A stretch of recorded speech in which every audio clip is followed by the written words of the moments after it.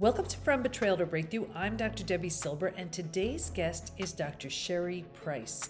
Sherry is a pharmacist, certified life and weight loss coach, and host of the Health Habits and Epic Living podcast. Sherry's work is dedicated to helping women take charge of their health and wellness through lifestyle, mindset, and habit change. Through her multiple empowerment-based coaching programs and podcasts, Dr. Price has helped thousands of women up-level their mindset, break bad habits, and revitalize their energy through food, fitness, and healthy relationships so they can live as their most epic versions of themselves. In this episode, we're diving into an often overlooked but critical topic: the relationship between alcohol and self-betrayal. I'm joined by Dr. Sherry Price, a life coach and former pharmacist who shares her personal journey of overcoming the grip of habitual drinking. We're going to talk about how alcohol can subtly become a crutch and challenges of cutting back in a society that normalizes drinking, and practical strategies for reclaiming control. Whether you're struggling with alcohol or any other numbing behavior, this conversation offers valuable insights and actionable tips to help you live a more authentic, empowered life. Here we go. Okay, everybody, this is going to be, as always, a great conversation, but something we haven't spoken about. We're getting very specific about the topic of alcohol and self-betrayal. And we're with my new friend, Dr. Sherry Price. This is one, you ever go to like a meeting or something and you just meet someone and you're like, I want to be friends with them. I want to get to know them. Well, I met Sherry at a meeting not long ago, and we just absolutely hit it off. So I was on her podcast, I'm having her on mine, but not only is she incredible, she just has this wisdom around a topic that I know you're going to get so much out of. So welcome, Dr. Sherry. Thank you, Debbie. I'm excited to be here. And yes, feelings were mutual when we first met. Yeah. So, I talk a lot about, on the podcast and within the PBT Institute, the idea of when we numb, avoid, distract, we don't heal. And I mentioned food, drugs, alcohol, work, TV, keeping busy, reckless behavior as methods of mass distraction. But we never dove in specifically to the topic of alcohol and self-betrayal. So let's just start with, if you wouldn't mind, your story so that we understand why we're talking about this topic. Yeah. And it's such a good one because I think in our society, alcohol is so normalized, right? It's not really looked at as a drug. It's kind of like, oh, this is what we do to let down or unwind or take the stress off, or like you said, numb.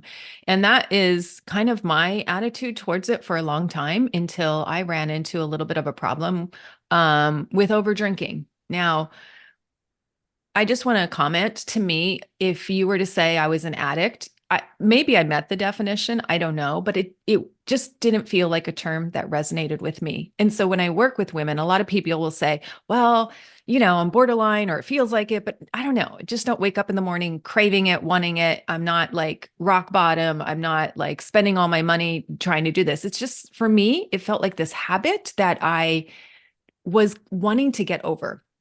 So, pouring a few glasses of wine at night just to unwind. It became my ritual when I started cooking dinner. Just pour a glass of wine. It makes making dinner more fun because I don't really love making dinner. Actually, one of my worst questions ever is, what's for dinner, Mom? Like, I just want to stop you right there because, and then we'll get back to it, but Yeah. that was so the case in raising 4 kids. And I'm not a great cook. And I'll never forget, I had my fourth who would always just come into the kitchen. What are you making? And he would never like what I said. And talk about, getting trained. One day he walks into the kitchen, I swear, just like this. What are you making? I don't like it. I'm like, I didn't even respond. Anyway. Yeah, it's the autopilot, right? And that's where my drinking headed. It was like, oh, just what I do when I come home. I open the fridge, I pour a glass of wine, and I didn't think of much of it for a while. Over the years, it started to be like 2 glasses and 3 glasses. And then it's like, well, I really want to cut back. And I would do, the dry Januaries or sober Octobers or a juice cleanse, trying to get healthy.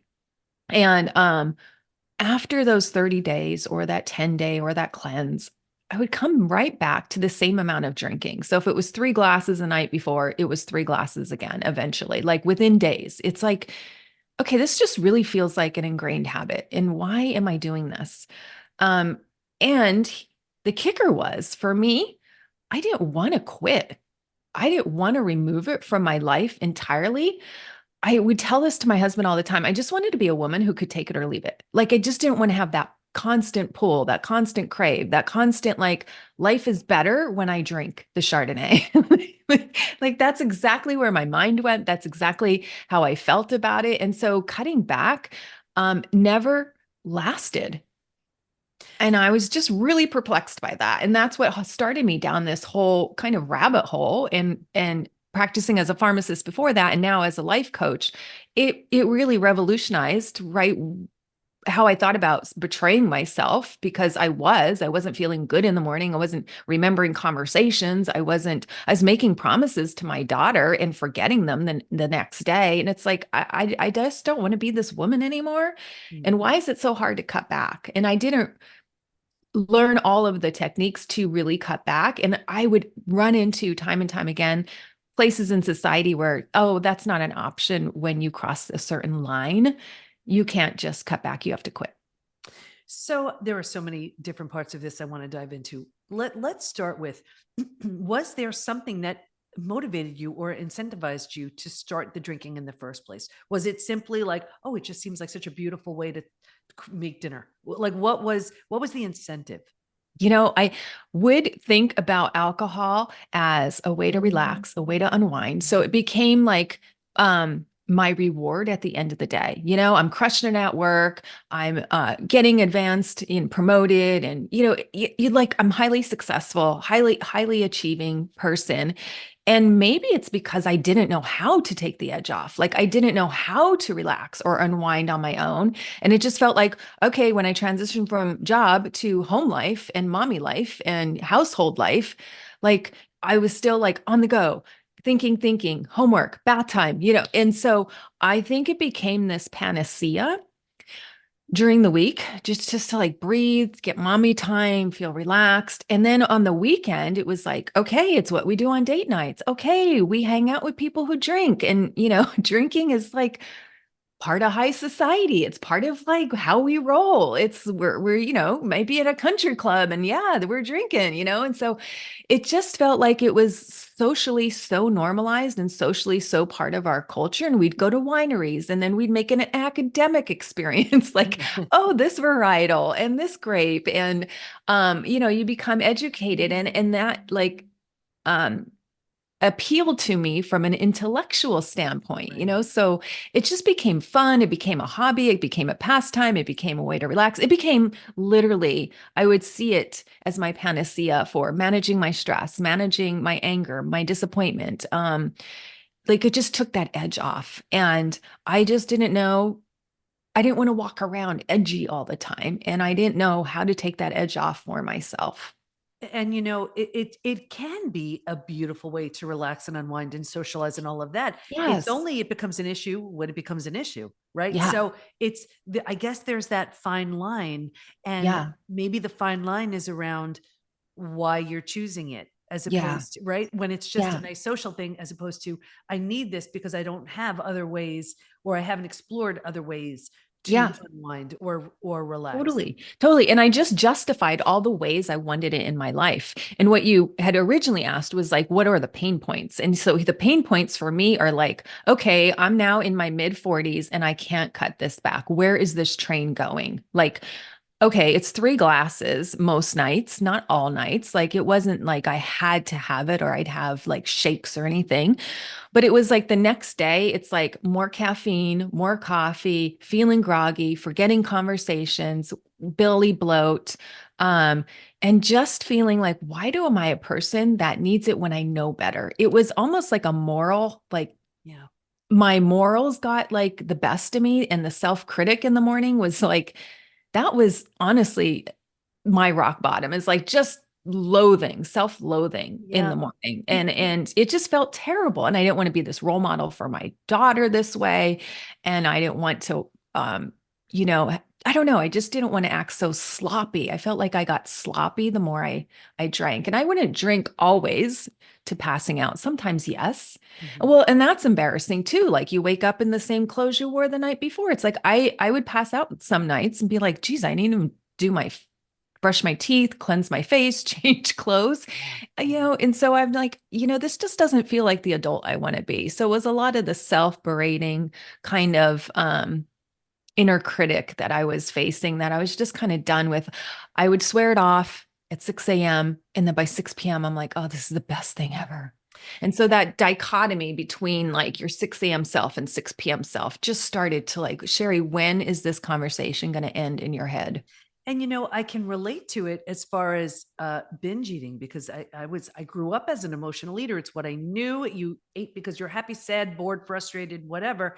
But it was the same thing. It was like as I was headed for the cookies or headed for the chips, I would lie to myself. I'm like, I'm just gonna have one or two. Yeah. And right. And then next thing you're at the bottom of the bag. So Yes. it's knowing and when you said just ethically, right? I didn't like the idea that I wasn't being honest with Yeah. myself. I Yeah. consider myself so ethical and so moral, but here I was bending the rules or just not being honest with myself. There are some questions I did a whole episode on this, these 4 questions that when we're numbing, avoiding, distracting are really helpful. And I'm curious if this triggers any response from you that you would share. So the first question is, am I numbing, avoiding, distracting? If so, how? So clearly, right, alcohol. Yeah. The second question, what am I pretending not to see? Mm, mm. Yeah. Right? Yeah. Am I Yeah. pretending not to see there's trouble in my relationship? Am I pretending not to see I hate my job? Am I pretending not to see that health issue that needs my Yeah. attention? The third question, what will life look like in 5 to 10 years if I keep this going? Mm. Ouch. That was a big one. That's the one Yeah, I thought about a lot. Like, okay, is this going to become more than a bottle? And some nights it would be, right? But yeah, where is this going? That right. train. And then the fourth question, what can life look like? Or what could life look Mm. like in Hmm. 5 to 10 years if I change now? Not saying it's easy, but change Hmm. happens when we make that decision, right? Hmm. So it sounds like you had your head together here. You didn't like how you were showing up. You didn't like waking up and not remembering things. Was there something that happened? Usually there's this defining moment. Maybe something you promised your daughter something and then you realize, oh my gosh, I really fell through. Whatever. Was there something that happened where you were like, that's it, I'm done? Yeah, I think the best gut punch for me was we have Friday night dance parties when she was little, and we love, just some dance music, 90s, 2000s dance music. We'd put on a playlist and it was just a way for like to shake out like the energy of the week. Like my husband and I would get some cocktails going. He would make some fancy cocktails, which, oh, they tasted so good and they worked so quickly. And by the time we're dancing and our 5-year-old's up on like our little table and she's just getting into it. And it was just a way for us to like clear out any, this, you're not dancing right, like all that energy, all that self-talk that you just get right into just not caring. And it felt so good to move. And we would have these great dance parties every Friday night. And of course, then the drinks were flowing, right? To stay in it, you want that high, you want that woohoo, we're in euphoria feeling. But one of the Friday nights, I guess she had asked me this question and she told me the conversation, which was, Mommy, this is so fun. I love being with you guys. And we're just like, yeah, dancing. She goes, can we go to the trampoline park tomorrow? And I said, yeah, that's a great idea. Let's do it. Continue to dance. And then she asked me what time do they, open? And we talked about that. And here it is the next morning. She comes into my room with those grippy socks that they make you wear at a trampoline park, all dressed, wakes me up. And I'm looking at her like through one eye and saying, I'm like, why are you dressed like that? And she's like, Mommy, we're going to the trampoline park. And I said, what? When did I ever say that? And her face just fell. Like she realized that I didn't remember that conversation and that might not be on our agenda today. And that was so important to her. And I completely completely forgot about that. And my husband's like, you did mention that. Do you not recall? And I'm like, okay.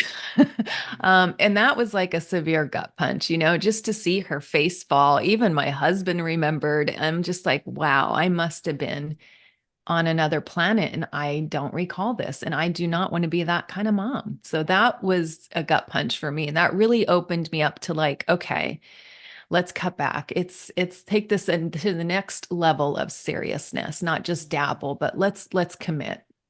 And to cut back at that point, that could be really hard for a lot of people, where it could have been a moment where you just decide that's it, cold turkey. I'm just done.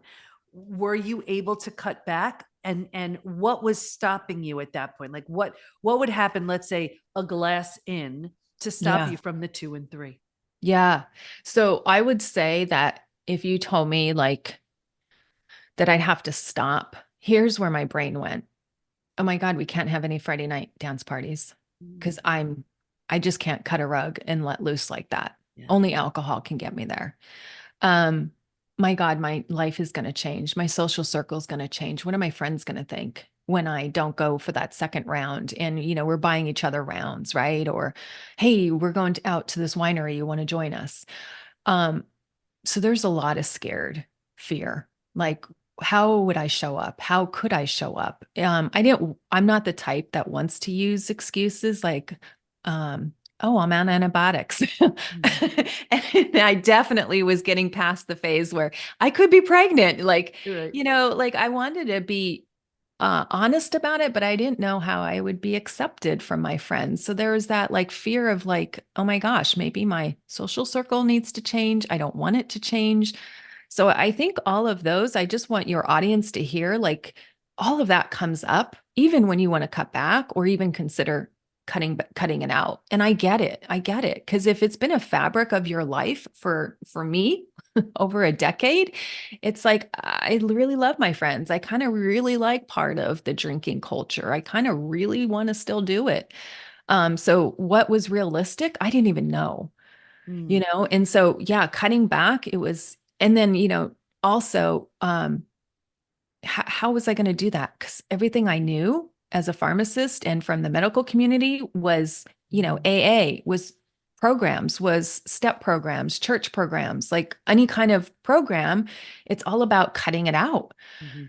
So I just didn't resonate with the goal. So I'm like, I felt like an imposter. Like I'd have to show up saying I want to cut it out, but in reality, I didn't. I just Yeah. wanted to cut back. So, So so how where is that?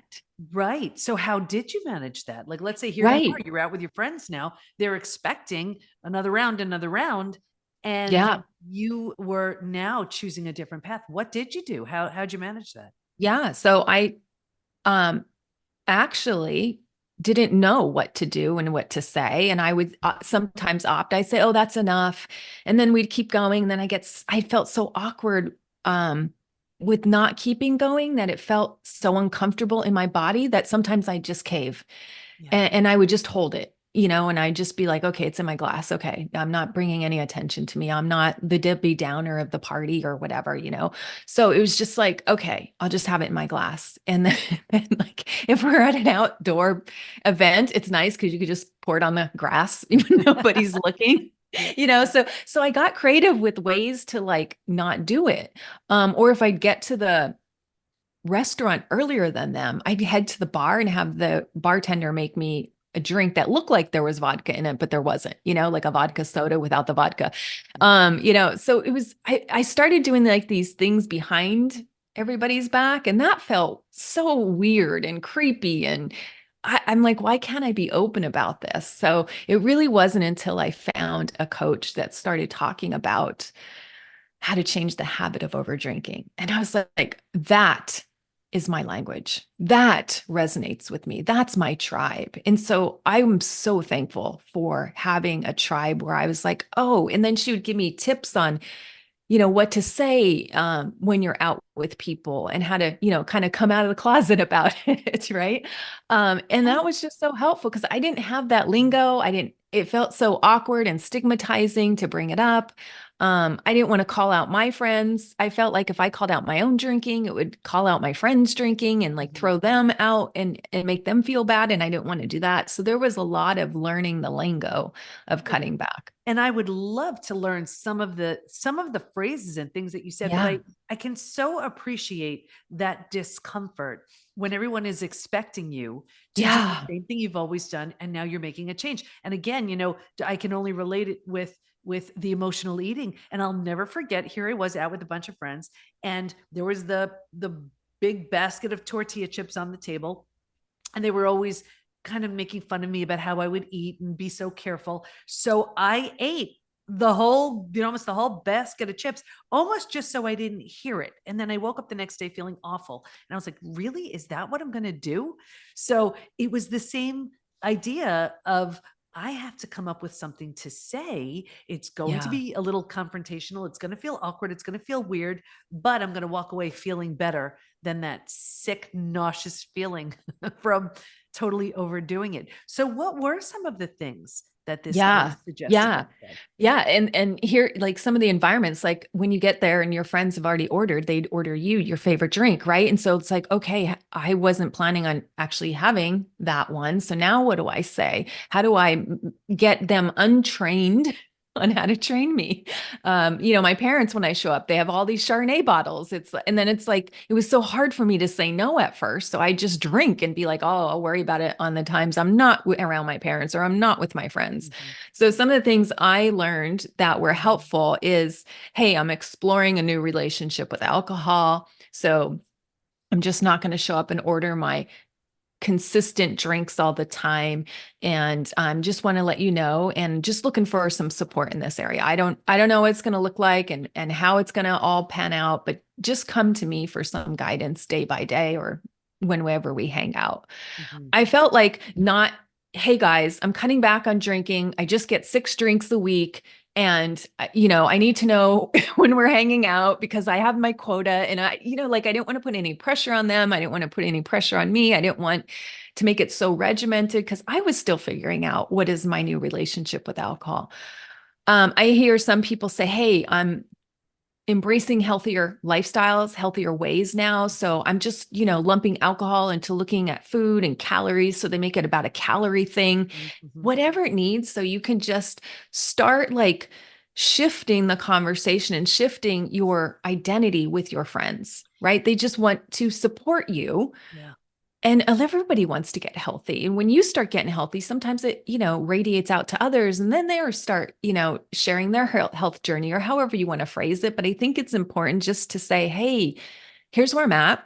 And you don't have to say, like, I feel I have a problem. Like, I never said it Mhm. like that because then it made me feel that they would want to watch my drinking for me. And I Mhm. didn't want that. I didn't want somebody to parent me. That feels Mhm. terrible. I've tried that with my husband. Like, hey, cut me off if I hit a certain number of drinks. I don't know about any of you, but when you get your spouse involved, sometimes it's like, don't tell me what to do, right? Right. Don't parent me. It takes away the intimacy and then the relationship. So I wanted it to be like, hey, I'm in this state of flux.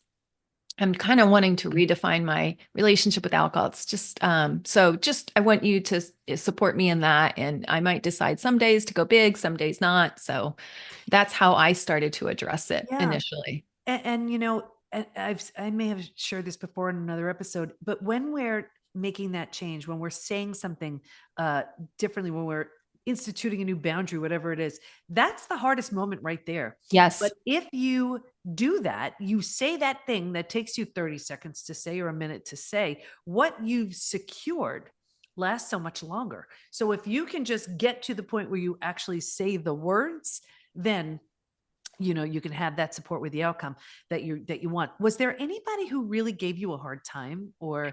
I was going to mention that because Yeah. that was my fear. Like all of a sudden, Mhm. Sherry's no longer fun. We're not going to call her on Friday and Saturday nights. My friend group has to change. And my friends were parents of my daughter. So then it's Mhm. like, oh God, am I going to ruin my daughter's life? Am I going to ruin my husband's life? Like, Yeah. Yeah. like there was so much fear and nobody Yeah. shunned me. Nobody. I was shocked. I was ready for the shunning. I was ready for the disinviting. I was ready for all of that. Um, I will say, I don't know if this impacts it or not, it took me a little bit to find my way. So I did bounce up and down a little bit. Um, Maybe if I was more extreme, I don't know if the response would be different. But yeah, I none of my friends shamed me. And yeah, I just really felt so good. That felt so good just to get off my chest and to want and to know that I still have friends and I still have my circle and they still invite me out, which was awesome. Beautiful. And I share this a lot because as people move through, and I know on your podcast, I shared the 5 stages from betrayal to breakthrough. Yes. And I always talk about as we leave stage 3, where we're stuck doing our same familiar known behaviors, and we move into stage 4, very often our friendships change, our relationships change, because that's where we deliberately and intentionally take a look at what we've been doing, how we've been showing up, and decide, I don't want to be that version of me anymore. I'm ready for something new. And so it sounds like here you were in sort of a stage 3 way of doing things, doing the same thing, right? The drinking, and you didn't want to do it, moving to a stage 4 behavior of, hey, this new version of me wants to do things differently. And you really could have at that point, if your friends weren't supportive, that could have meant, I'm just going to love them for who they are, where they are, but I'm ready for something very different. And it's the same thing, whether it's some sort of behavior or habit, or even just the group that's commiserating over their lives. Let's say it's betrayal and they're just commiserating over how bad it is and everything else. And then they decide, you know what, I'm ready for a new conversation. It's, Mhm. we take that chance. And that's why we often sabotage ourselves, because we're afraid to outgrow the group. We're afraid to have that conversation. Yes. We're afraid Yeah. of the change. So, what do you want to make sure everyone knows as we Yeah. start to wrap up? Yeah. I really want people to hear that there is so much intimidation, trepidation when you are in that stage 3, as you call it, and just there's anxiety. There's anxiety staying the same, and there's anxiety of growth out of it. And the way out of it is through it, right? Mhm. It's like, okay, how am I going to embrace this? How am I going to embrace this in a way? And I wanted it to be a win-win, right? It's the way I come out about it is a win for me, a win for my family, a win for my daughter, a win for my friends. I didn't want them to say, "Oh, Sherry is showing up, so now let's tone it down a bit." I didn't want that kind of energy, and so I knew it was upon me to create the energy of a win-win-win for everybody. I'm going to accept the people who want to get drunk. It's not, about them. This is my journey, right? And so I think knowing, hey, this is like a greater calling on my life right now. And then once I got really good at it, it's like, that's when the light bulb hit like, wow, I can help other women who struggle, who don't feel like they have a tribe, who don't feel like I don't know what to say, who are have similar worries or concerns. But so I just really want people to know that anxiety, I was just, it's time to outgrow something, time to move on, to move forward, and just to embrace that. It is uncomfortable, but it's not, it could be managed in a way that could be a win-win-win. And I always look for those opportunities. Yeah. And just so everybody knows what to look forward to when they have these difficult conversations and make these changes, what's it led to for you in how you feel in anything in your life? Yeah. Yeah. Well, it brings me to a specific example, if I could share. So, we have this collective, I will call it, friend group or pod, whatever, where our kids are friends, the parents are friends, right? We may not be besties, but we all know each other and take care of each other. One lady would say, "Oh, that's great. I love that you're drinking less. That's so great." And she would just continue to drink. So now our kids are much older, and a lot of our friends now are concerned about one of the people. And what I love is that everybody feels like confident and comfortable talking about it with me. And it's not like gossipy. And that I love that they're feel comfortable sending their kids to hang out with me. And they're like, you're such a good role model now, and we feel comfortable having parties at your house because we know it's not going to turn into this, drunk fest, right? And now that our kids are, teenagers, it's really more important for the parents now to model good behavior. So I feel it was uncomfortable in the journey, but now through it, it's like brought me to this place where it's just enriched my life and had me be more compassionate to those who may need help or want help, and to open the conversation rather than it be stigmatizing. I love that. No better way to become the role model than to move through it yourself and come Yeah. from this place of wisdom, because you've been there, done that, and have Yeah. learned a different way. And now you're just sharing that with others. Dr. Sherry, where do we go to learn more about you and the great work you do? Yeah, so you can find everything on my website that I am involved in. I have programs, I have a podcast, just helpful, and even some free resources out there. So you can educate, take this knowledge with you if it resonates with you. My website is EPICU, spelled EPICYOU.com. And then my podcast has been recently renamed. It used to be Drink Less Lifestyle, and now it's called Health Habits and Epic Living, because I don't want the focus to be on drinking, but really about taking care of our health, making better choices day by day, and really getting sustainable, lasting change. I love that. Sherry, you help so many people with what you shared, whether it's alcohol, food, drugs, anything else. When we're numbing, avoiding, distracting, we're not seeing what we need to see. It's important to get clear so that we can make the changes we need to create the life that we want. So thank you so much. My pleasure, and thank you for this opportunity. I hope Dr. Sherry's insights resonated with you and offered a new perspective on the role alcohol or any numbing behavior might play in your life. Stay in touch with Sherry by going to epicu.com, and we'll have all of her information in the show notes at thepbtinstitute.com/podcast. Here's my biggest takeaway. The journey to reclaiming control and aligning with your true values isn't easy, but it's incredibly rewarding.